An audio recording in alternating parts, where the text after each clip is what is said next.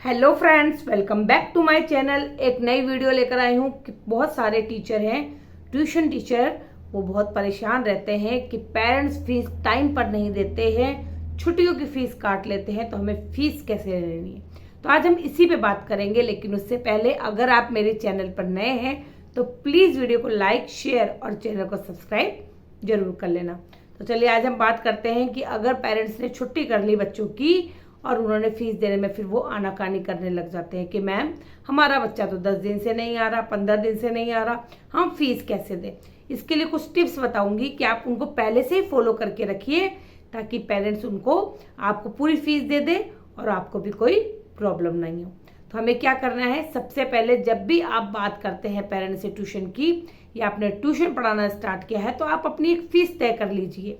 अपने एरिया के अकॉर्डिंग आप फीस तय कर लीजिए कि मैं 400 रुपये लूँगी या 500 लूँगी। 100-200 में तो कोई पढ़ाएगा नहीं, ठीक है। तो 400, 500 जो भी आपके एरिया में चल रहा है रेट, क्योंकि बच्चे हैं ट्यूशन जाते होंगे, आप पता कर सकते हैं कि क्या फ़ीस देते हैं वो दूसरी जगह जाते हैं। तो आप अपनी फ़ीस थोड़ी सी उनसे कम रख दीजिए और अपनी ट्यूशन स्टार्ट करिए। लेकिन जब आपने ट्यूशन आपकी फ़ीस जो है आपने डिसाइड कर ली, अब उसमें आपको बार्गेनिंग नहीं करनी है कि आपने 400 रख दिए, चलो मैं 400 लूँगी बच्चों से। अब पेरेंट्स आ रहा है, नहीं मैम 200 ले लीजिए, 300 ले लीजिए, तो पहले तो आपको वहाँ पे बार्गेनिंग नहीं करनी है। आप बोलिए नहीं मैं इतनी ही फीस लेती हूँ, आप मेरे पढ़ाने का तरीका देखिए मैं किस तरह से पढ़ाऊँगी। आप 1-2 क्लास बच्चों को डेमो दिलवा लीजिए, मैं बहुत अच्छा अपना एफर्ट डालूंगी और बच्चे को बहुत अच्छे से पढ़ाऊंगी। तो आपको तो जब आपने पूरी बात कर ली कि मैं इतनी फीस लूंगी और पेरेंट्स तैयार हो गया, तभी आप एक स्पष्ट कर दीजिए कि मैं छुट्टियों की फीस नहीं काटूंगी, ठीक है। अगर मेरी तरफ से कोई छुट्टी होती है, मैंने 10 डेज का हॉलीडे कर दिया, तो मैं फीस नहीं काटूंगी, लेकिन मैं उनको आगे इंक्लूड कर दूंगी। मैं उस समय ज़्यादा पढ़ा दूंगी, ज़्यादा टाइम दे दूंगी बच्चों को, ठीक है। तो इस तरह से आप कर सकते हैं। इसके अलावा आप पेरेंट्स से बोलिए कि अगर आप बच्चों की छुट्टी कराएंगे तो मैं फीस नहीं काटूंगी। पहले ही बात क्लियर कर लीजिए। संडे की अगर आप छुट्टी करते हैं, मैं संडे को नहीं पढ़ाऊंगी। अगर आप कोई छुट्टी करा रहे हैं बच्चों की तो मैं फीस नहीं काटूंगी। ज़्यादा हो तो एक लिखित फॉर्म बनवा लीजिए, उस पर साइन करवा लीजिए, क्योंकि पेरेंट्स बाद में बहुत आनाकानी करते हैं। और अगर उनको 15 दिन की छुट्टी पे कहीं जाना है तो पेरेंट्स से बोलिए कि आप पूरा मंथ ही फिर बच्चे को मत भेजिए कि मैं पूरा मंथ की आपने हॉलीडे करवा ली, ना मैं फीस मांगूंगी और ना आपको देनी पड़ेगी, ठीक है। आप पेरेंट्स से बहुत पोलाइटली बोलिए कि मैं फीस मैं ना छुट्टियों की फीस मैं नहीं कट करती हूँ, मैं उस समय भी बच्चों को पूरा पढ़ा रही हूँ। अब आपका बच्चा नहीं आ रहा क्योंकि हम तो ट्यूशन पढ़ा रहे हैं, अगर 1 या 2 बच्चे नहीं आ रहे हैं तो वो हमारा फॉल्ट नहीं है, हमने अपनी क्लासेस ओपन कर रखी हैं। आप छुट्टी कर रहे हैं तो फीस आपको पूरी देनी पड़ेगी। हम स्कूल की फीस काटते हैं क्या? हम वहाँ मई जून की भी फीस देते हैं, जबकि हम बच्चे वहाँ पर नहीं जाते हैं। तो मैं ये नहीं कह रही कि आप बच्चों को नहीं भेज रहे हैं, मई जून में हमने छुट्टियां करवा ली तो आपको फीस देनी है, लेकिन अगर 2-4 दिन पेरेंट्स ने छुट्टी करवा ली है तो आपको फीस कट नहीं करनी है। अगर आपने कोई ऐसी पॉलिसी बताई है पेरेंट्स को कि मैं फीस नहीं कट करती हूँ, या मैं इतने दिन पढ़ाती हूँ, या मैं ऐसे पढ़ाती हूँ, या मैं अगर छुट्टी करूँगी तो मैं क्या करूँगी, और आप छुट्टी करोगे तो आपको क्या करना है, आपने पहले ही पेरेंट्स को सब बता दिया है, तो उन्हें बार बार रिमाइंड कराइए। अगर वो कभी कुछ कहते भी हैं कि हम मैडम जा रहे हैं या हमें वहाँ पे अपने गांव जाना है या हमें 5-6 दिन के लिए घूमने जाना है, तो आप बोलिए बिल्कुल, लेकिन मेरी फीस आप सबमिट करवा दीजिए।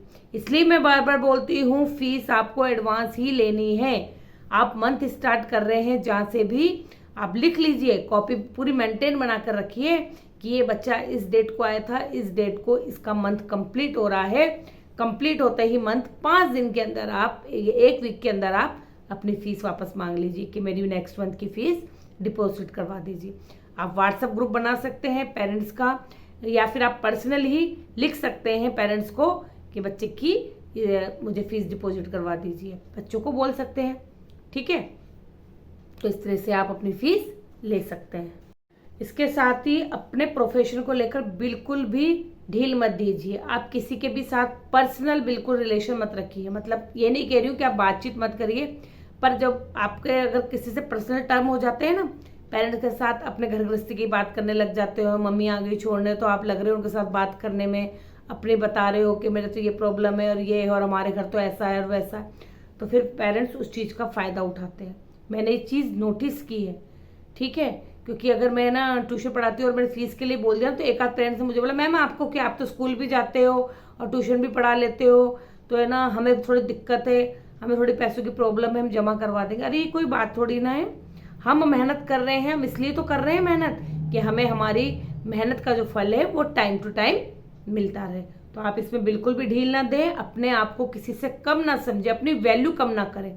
अगर पेरेंट्स ऐसा करता है, एक या दो बार भी करता है, तो आप बच्चों को हटा सकते हैं, ठीक है।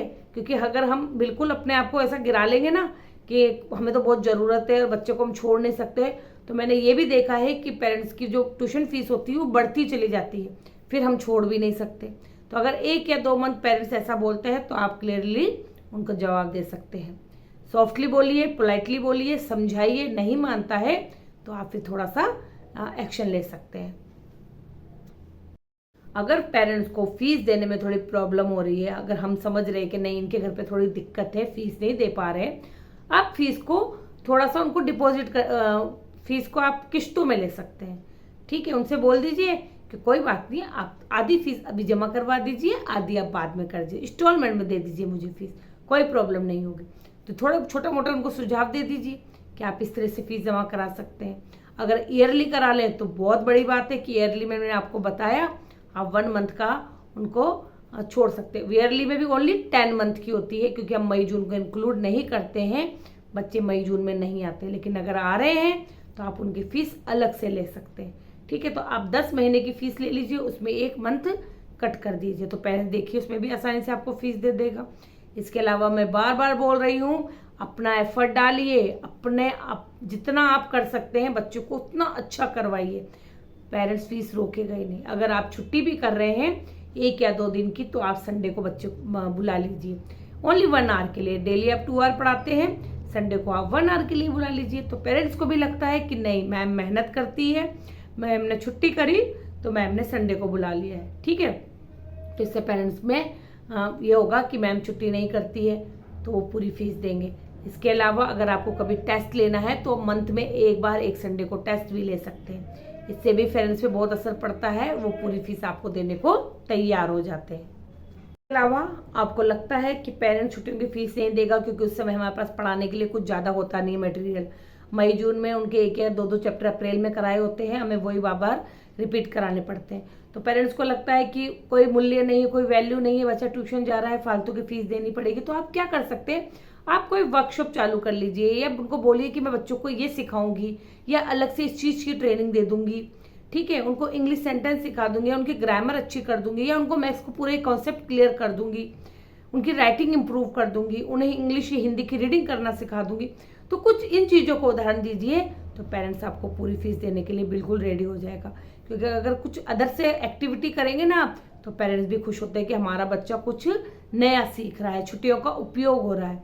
तो इस तरह से आप पूरी फीस पेरेंट्स से ले सकते हैं। तो इन छोटी छोटी चीज़ों का ध्यान रखेंगे तो आप पेरेंट्स से फीस टाइम से, समय पर और पूरी ले सकते हैं। फिर पेरेंट्स भी फीस नहीं काटेगा आपकी, और ना ही आपको फीस देने में वो आनाकानी करेगा। तो आई होप आपके लिए वीडियो हेल्पफुल होगी, आपको छोटी छोटी चीज़ों की जानकारी मिलेगी कि आपको किस तरह से फीस लेनी है अगर आप नया स्टार्ट कर रहे हैं। अगर आपको स्टार्टिंग कर ली है आपने, फिर भी आपको प्रॉब्लम आ रही है, तो इस वीडियो से आपकी थोड़ी बहुत प्रॉब्लम सॉल्व हो जाएगी। अगर तो इन छोटे छोटे कदमों को अगर आप उठाएंगे तो पेरेंट्स आपको पूरी फीस देने में कभी भी आनाकानी नहीं करेंगे, और बल्कि आपको अच्छे से पूरी फीस देंगे।